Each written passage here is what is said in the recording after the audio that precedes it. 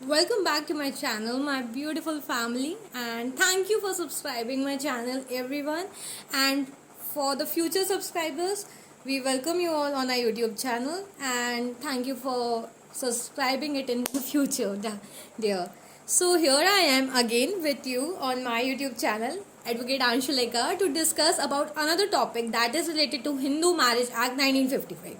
तो Hindu Marriage Act 1955 का एक बहुत ही इंपॉर्टेंट टॉपिक है जिसको मैं पार्ट बाय पार्ट आपके साथ शेयर करूंगी, क्योंकि एक दिन में आप हर चीज़ नहीं समझ सकते हो। आप धीरे धीरे करके कुछ चीज़ें अंडरस्टैंड करोगे या समझोगे, it would be very helpful for you. आपके कॉन्सेप्ट बहुत क्लियर होंगे and concept is really important people, let me tell you that. क्योंकि जब भी मैं स्कूल लाइफ में थी एंड मेरे टीचर्स जो थे वो कहते थे कि बेटा अगर कॉन्सेप्ट आप समझ गए, अगर आप मैथ्स में भी कॉन्सेप्ट समझ गए, then it would be really easy for you to solve any question, and it is the part of your life and I follow this theory as well कि अगर आपने अपनी लाइफ में कॉन्सेप्ट समझ लिया तो देन आप कुछ भी चीज़ क्रैक कर सकते हो, एक डिफ़िकल्ट से डिफ़िकल्ट चीज़ भी क्रैक कर सकते हो। So just focus on your concept. अगर आप अपनी कॉन्सेप्ट क्लियर रखोगे विद इन अ मिनट, कुछ ही घंटों में, कुछ ही समय में आप हर चीज़ जल्दी जल्दी समझ सकते हो। So let's focus on our today's topic that is based on Hindu Marriage Act 1955 and the topic is full blood, half blood and uterine blood. That is very important for you all. अगर कोई भी law का student है, judiciary में है, judiciary exam देना चाहता है, तो उसको ये कॉन्सेप्ट बहुत ही अच्छे से क्लियर होना चाहिए।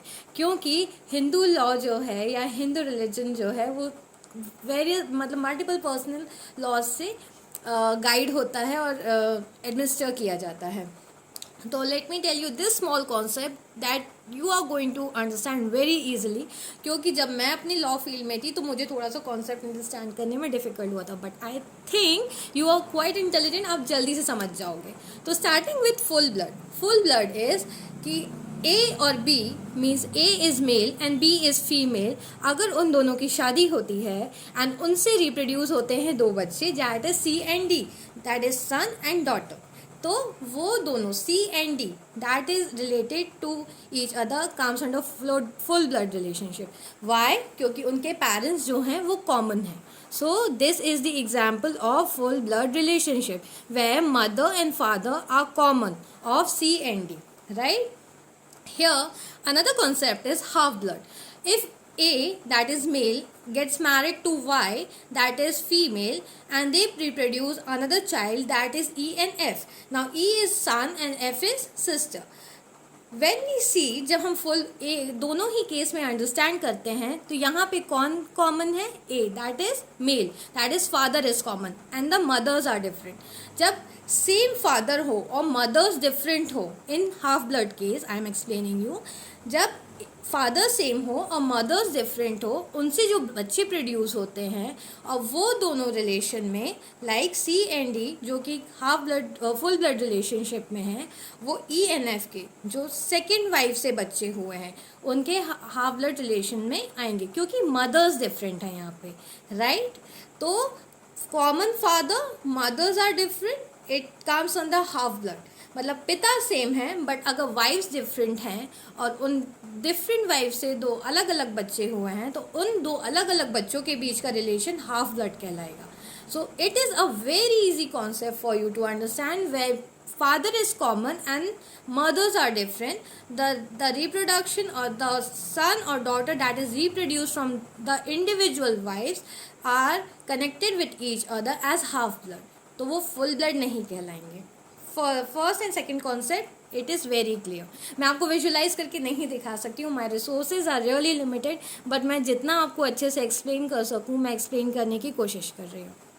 अगर आपको नहीं फिर भी नहीं क्लियर हुआ है तो आप मुझे बोल सकते हो, मैं इसका डिटेल वीडियो आपके लिए बता दूंगी।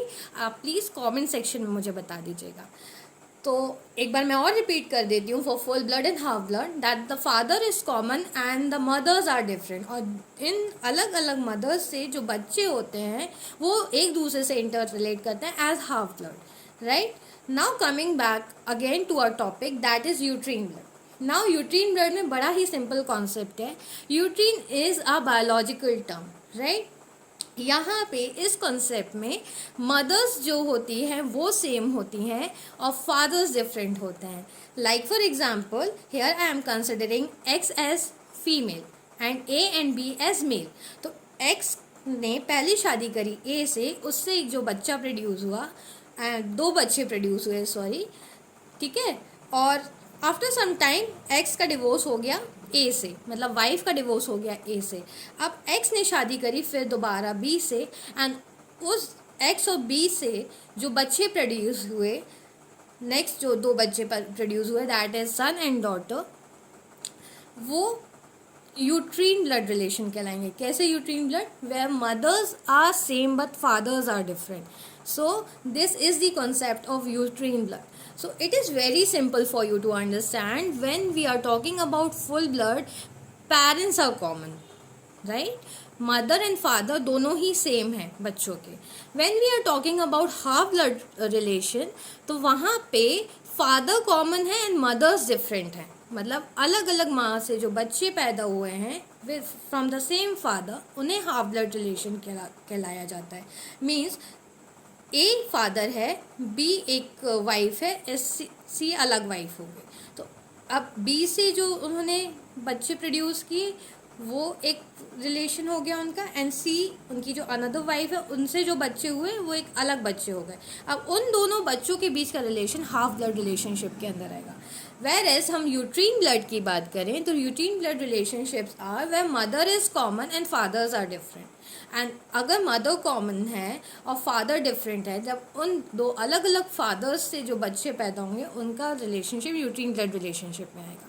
So this is a very small concept yet very important for you to understand. If you haven't understand this topic, let me know again, ताकि मैं फिर से इसके बारे में आपको क्लियरली स्पेसिफाई कर सकूं. तो ये आपको बताना होगा मुझे कमेंट सेक्शन से. Stay tuned with me guys, that is Advocate Anshalika, and subscribe, share and like my channel, and do hit the bell icon for future notification. Bye everyone.